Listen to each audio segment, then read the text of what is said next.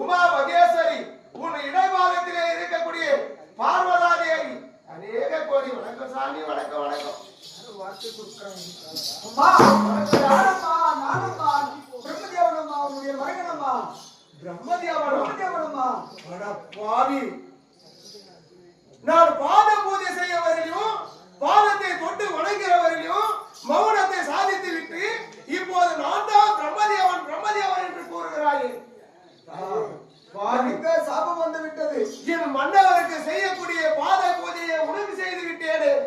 அப்போ என் மன்னவருக்கும் உனக்கும் என்ன வித்தியாசம்? என் மன்னவருக்கும் 5 சிரம், உனக்கும் 5 சிரம். அதனால் என்னால் இவர்தான் மன்னவராய் இருக்குமா என்று அறிந்து கொண்டேன். தெரியாமல் பூஜை செய்து விட்டேன். ஆனால் 5 சிரம் இருக்குது என்பது ஆணவத்தோடு அமர்ந்திருக்கிறாய். என் இடத்திலே வார்த்தையா